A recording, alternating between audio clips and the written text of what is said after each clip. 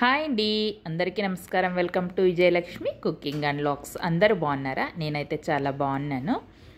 క్యాలీఫ్లవర్తో అయితే నేను నా స్టైల్లో రెసిపీ అయితే చేయబోతా అన్నాను. చాలా అంటే చాలా టేస్టీగా సూపర్గా ఉంటుంది. ఇలా చేసేసుకోండి. ముందుగా మనం క్యాలీఫ్లవర్ని అయితే వేడి నీళ్ళల్లో ఉడికించి పక్కన పెట్టేసుకోవాలి. ఆ తర్వాత ఒక కడాయి పెట్టేసుకొని ఆయిల్ వేసుకొని ఆవాలు, జీలకర్ర, ఆనియన్స్, అలాగే టమాటా ముక్కలు, అలాగే కాస్త అలా పసుపు వేసేసుకొని ఒకసారి బాగా కలిపేసుకొని కాసేపు అలా మగ్గనివ్వాలి. మగ్గిన తర్వాత టేస్ట్కి తగినంత సాల్ట్, అలాగే స్పైసీగా తగినంత కారపొడి వేసేసుకోవాలి.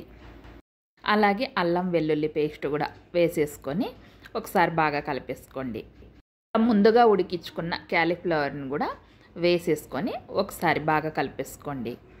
నీళ్ళు అయితే ఏం వేయరాదండి. ఇక నేనైతే ఇక్కడ ఒక చుక్క నీళ్ళు కూడా వేయలేదన్నమాట. ఈ క్యాలీఫ్లవర్లోనే నీళ్ళు ఉంటాయి కదా, అవే ఇలా వచ్చేస్తాయి అన్నమాట. ఇక కాసేపు అలా మగ్గించిన తర్వాత ఇక ఎగ్స్ అయితే వేసేసుకోవాలన్నమాట. ఇందులోకి ఎగ్స్ చాలా అంటే చాలా టేస్టీగా సూపర్గా ఉంటాయండి. ఇలా చేసేసుకోండి. మీ ఇష్టం, ఎన్నన్నా వేసుకోవచ్చు ఎగ్స్.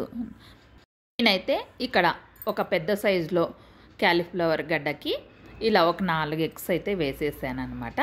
ఇక బాగా ఇలా ఒకసారి కలిపేసుకోండి. ఈ రెసిపీ అయితే జొన్న రొట్టెల్లోకి కానీ, అలాగే చపాతీలోకి కానీ, రైస్లోకి కానీ చాలా అంటే చాలా టేస్టీగా సూపర్గా ఉంటుంది. ఇక కాసేపు అలా మగ్గిన తర్వాత మూత తీసేసి ఒక్కసారి అలా కలిపేసుకోండి. ఇక మనకి క్యాలీఫ్లవర్ కర్రీ అయితే రెడీ అయిపోయిందండి. టేస్ట్ అయితే వేరే లెవెల్ అనమాట. సూపర్ ఉంటుంది. తినే కొద్దీ తినాలనిపిస్తుంది. అంత టేస్టీగా ఉంటుంది. లైక్ చేయండి, షేర్ చేయండి, సబ్స్క్రైబ్ చేసుకోండి. కొత్త వాళ్ళు సపోర్ట్ చేయండి. Bye friends.